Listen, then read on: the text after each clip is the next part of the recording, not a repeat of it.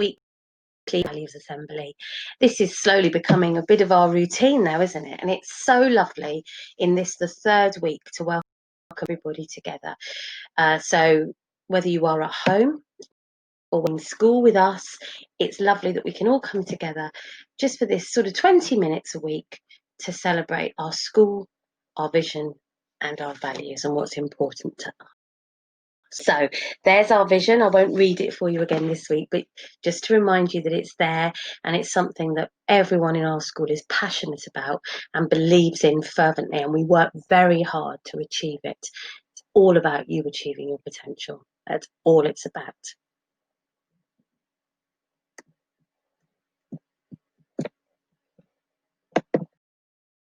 So our values underpin all the work we do at Thomas Harding. And as you know, this is the third week. So we've already had our week on achievement, and we read a story called Hair Love about achievement 2 weeks ago. And then last week we looked at success, and we had our assembly, and then I do the magnificent thing, all to do with success. This week we're looking at potential, and as the weeks go on, we will continue to look at every value and share it and celebrate it in this way. It's all about aspire at Thomas Harding, and it's about you aspiring to greatness and us also aspiring for you and giving you the tools and the skills you need to enable you to be able to achieve that aspiration.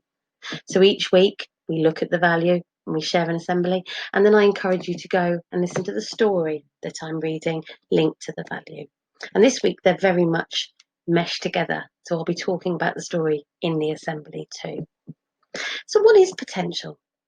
I want you to spend a moment or two just having a think that if someone were to ask you, what does potential mean? What would you say? What would your definition of that word be? We hear it so much, don't we, in school? We say it so much. Do you know what it really means? Well, I've written a definition for you. So the definition I've written is that potential is what an individual living thing is capable of becoming, because anything that grows has potential. So human beings, such as us, we have potential, but so do other things. So things like seeds have potential. This is an apple seed, and that seed has the potential to become a beautiful apple tree. Now, there's no guarantee that it will. Lots of things might happen to it along the way, but if the conditions are right, and we know for seeds it's to be put in soil, to be given water, and to have sunlight, it may well become a beautiful apple tree. That's its potential. Now, humans, we know, have huge potential. Human beings have been on the moon. They operate on human bodies and cure diseases. They travel across the world in aeroplanes. We do so many incredible things as human beings. We are capable, potentially, of brilliance. But the conditions have to be right for humans too. And we know when we look at this beautiful baby that she is packed full of potential. She could achieve anything she wanted to achieve. We know that because we have growth mindsets. We know she needs to work hard. We know her teaching needs to be excellent. We know she needs to have high aspirations of herself, but we know she needs to work hard too, don't we, in order to achieve what she wants to achieve. But she's born unable to do anything, but packed full of the potential to learn it all, should she want to. And that's true of you too, because that wasn't you that long ago, was it really? And you are capable of great things too, just like that baby. But just like the seed needs lots of particular things in order to achieve its potential, so do humans. And what do humans need to achieve their potential? Wow. There are the list is probably endless, if I'm honest with you. However, there are some very key things that I think it's important that you know you need to be able to do, or outlooks you need in order to achieve your potential. And they're these. Aspiration. You need to want to achieve more. You need to have a dream.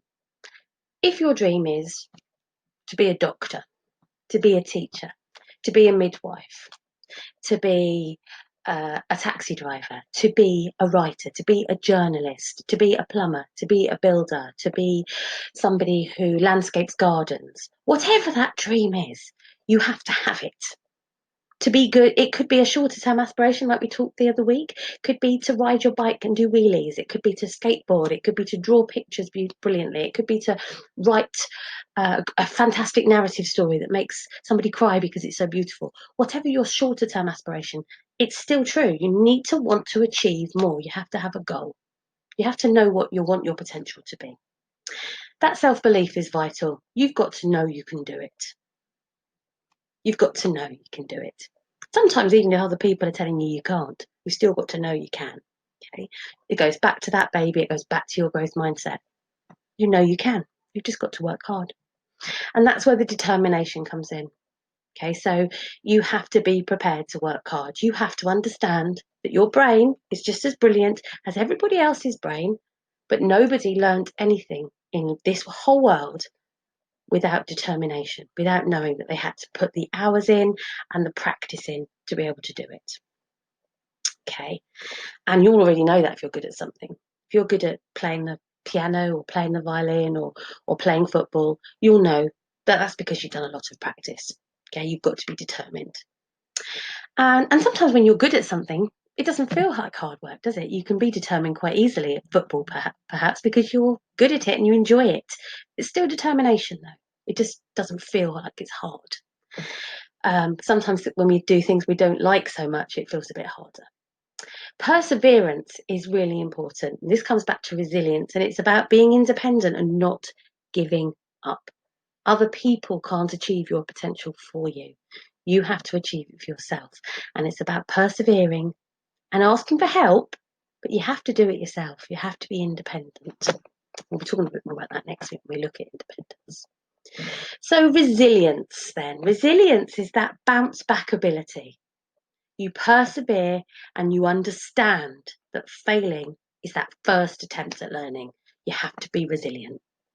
Let's have a look at a few examples. So, you don't want to get out of bed in the morning. We've all been there, I promise you. Everybody I've ever met has had a day where they didn't want to get out of bed. You were comfy. Perhaps it's the winter and it's cold. Perhaps you just don't want to go to school or to work or whatever. You don't feel like it today. Now, somebody who lacks resilience might then just turn their alarm off and say, well, I'm not getting out of bed. What do you think a resilient person would do? Well, a resilient person would understand that in order to achieve their potential, they've got to get past that feeling.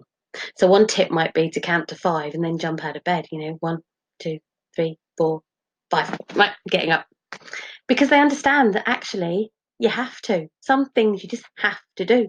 And one of the things you have to do is get up and go to school. So resilient people do it anyway, even if they don't feel like they want to do it.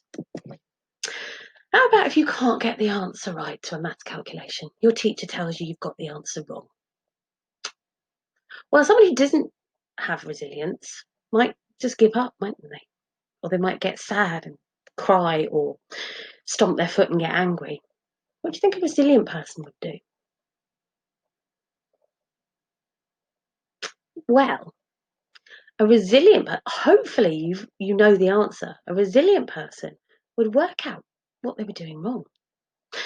Now, that might just involve going back over it and checking, or it might involve asking a friend or asking the teacher to go through the error with them. And then they'd have a go at doing it again to see if they can get it right. Now they know what mistake they made. That person has understood that failing is just a first attempt at learning and they just need to practice. They are very unlikely then to make that mistake again. So they have got themselves out of the learning pit and they've got the right answer. Fabulous. That's what a resilient person would do. Your team keeping losing. Well, it's very frustrating, isn't it? If you play football every lunchtime and every lunchtime you lose. So what would a person who lacks resilience do? A bit like with the maths calculation, they might give up, they might stomp their feet, they might get sad, they might get angry.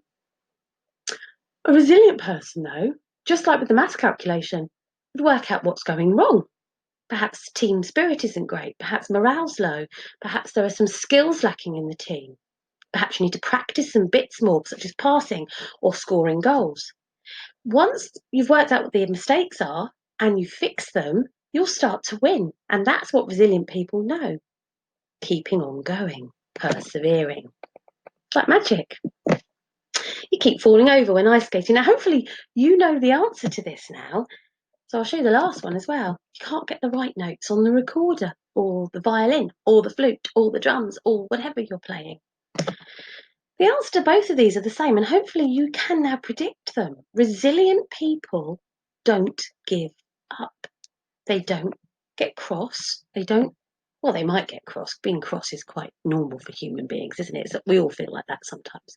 But you let the crossness, you let that anger and frustration fuel you to keep going. You work out what mistakes you're making. You might need a break before you can face having another go. But if you put your ice skates away, put them in the garage and never ice skate again, you've lost, haven't you? You've never achieved your potential because you've never ice skated again. You've got to put the skates back on. You've got to get back on the ice and you've got to practice the skill. It won't be the whole of ice skating or the whole of the recorder or the whole of maths that you've got to do again. It's that one tiny bit, that tiny skill you've still got to master. And once you've mastered it, you can keep going. And you will be further along that path to winning than you were at the beginning. So resilient learners keep going. They persevere and they don't get daunted. They don't let it affect their confidence because they know they're learning.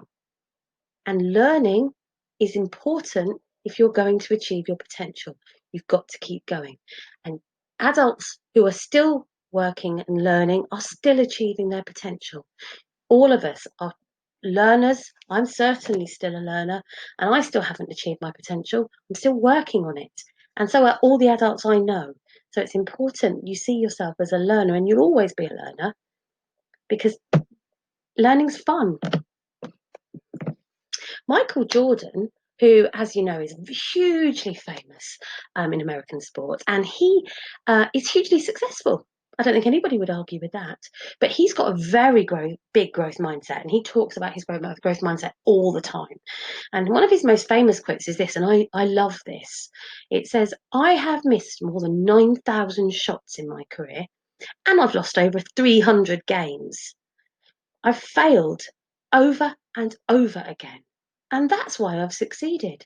So in the whole of his career, he's a huge success. But if you take one moment in one game or one period of his career, he was a bit of a failure. He failed all over the place, all the time. But that doesn't matter because failing is the first attempt at learning, and it's made him a success. Nobody can win all the time, but you have to be prepared to fail if you're going to be successful. J.K. Rowling, as you know, is the author of Harry Potter, was turned down by 12 different to get the first Harry Potter book published. 12 times. Can you imagine writing a book you're so proud of, you're sure it's the best thing anyone's ever written, and you take it to 12 different publishers and they all say, no, sorry, it's not what we want, it's not good enough, it'll never sell, people won't like it. She didn't give up. Now imagine if she'd given up after the 11th try, which, 11 times being knocked back. But if she had, the world would now not have Harry Potter. She kept going. And she says something quite famous as well. Lots of people quote this all the time, and they're right to, because it's true. It is impossible to live without failing at something. Unless, of course, you don't try, in which case you fail by default. Because if you don't try, you're right, you won't fail. But you won't reach your potential either. And her potential was to be a famous, very successful writer, which she's achieved because she failed. Michael Jordan succeeded because he failed a lot. You have to make mistakes to be successful. You have to be resilient and you have to persevere to achieve your potential. So don't give up. You can achieve your potential, but you need to be resilient. Now, this week's story is all about someone who achieved his potential, even though it looked at the beginning like it was never going to happen and lots of people didn't believe in him. But importantly, he aspired highly, he believed in himself, and he was resilient. And he was a young man, it's a true story, who came from Ghana, which is in West Africa. And he was born disabled. which many of you will know I have a disabled son, so it's really close to my heart. It's really important to me that people with disabilities and different learning needs and different, starting points understand that they are just as capable of achieving great things and their potential as everybody else. It's very important everyone knows that. We're talking about you. Every single one of you is capable of achieving your potential, not just some people, everyone.